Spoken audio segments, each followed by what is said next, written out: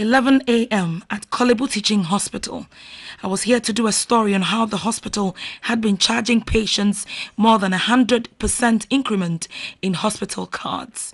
The first person I asked was this old lady. She was here to ascertain whether a gentleman had raped her granddaughter from doctors, but she was directed to the police hospital.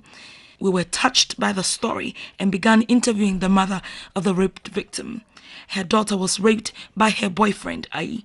At age 6, she had already been raped more than 6 times by the rapist. With tears in her mother's eyes, she told me the ordeal which she herself had witnessed twice. Minya akefe obile. Ike boyfriend ya chumi. Ke mbile fe no indiokpo ya agbona. She ben mana eka fe mbile no ko she akom she ike beja mne chena. Ni kwe wo bia ne mne chen kele ka she chumi. Ni nani speme ya mbile ne die pante. No ke o ashima she mno no fe blai mno no fe no ko tumoneke. Nimba chenye minwe ni kenye minwe aishi ebie blast ani aishi mdo na efe no kotumana shika ke fe ebie edole we ka fe imbile. Then I asked the 6-year-old what happened. For every time Ayi raped her, he gave her 1 cedi to keep quiet, and that was how it had been going on for 2 months. Mini bra yi ke febo Tell awa American bani inkashan etini ikamba le ako once dam ikamba Ricky mi te felete Kendevo Kendevo kamini Ede kefemini Ikevo kewopi to. At this point, we abandoned our original story and followed the family to the house of the alleged rapists. We concealed our camera with my jacket and walked the streets of Jamestown. At the roundabout, I went searching for his house, a wooden structure by a public toilet, we were told, but we could not take pictures because we did not want to draw attention or suspicion by the people in the neighborhood. We learned he is the caretaker of the public toilet and others in Accra. Describing him as a one-eyed man, he raped the 6-year-old daughter of his girlfriend. Finding no trace of him, we decided to follow the family to the police hospital where the test was going to be run. We sat at the hospital for close to 3 hours waiting for the doctor who was busy at the theater. The next day, I was at the police hospital again, this time from morning to 5 p.m.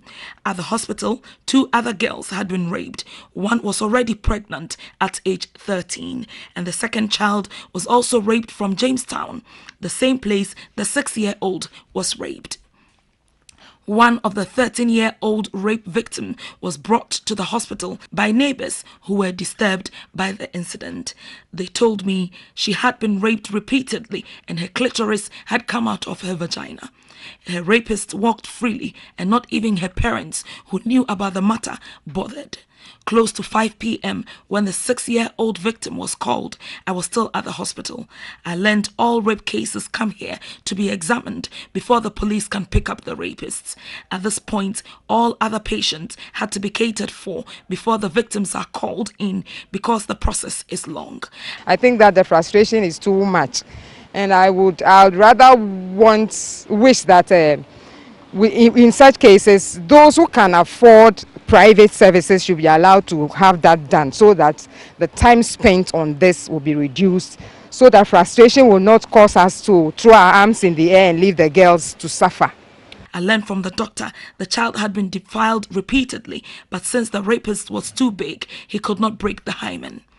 We then followed to the police, who said the 6-year-old victim and the grandmother should go to Dofsu for a report. Then they would pick the rapist up later.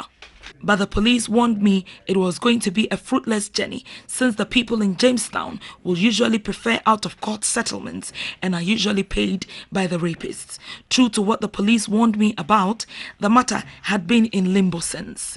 The family of the rapist have been trying to convince the family to settle out of court. I decided to take the issue up by myself, but it was like fighting with the wind. The victim's mother had been liaising with her boyfriend, and it was a fruitless dangerous journey. Ote Kumasi. Oh, it was me time Obaba ni worry. Almost 3 months. Then I take it 2 months. Oba he jame tomo 3 months. Oh, Chinoko jame. Okay. Where call ba machabo? For all the 3 girls, they will forever live with the scar of being raped.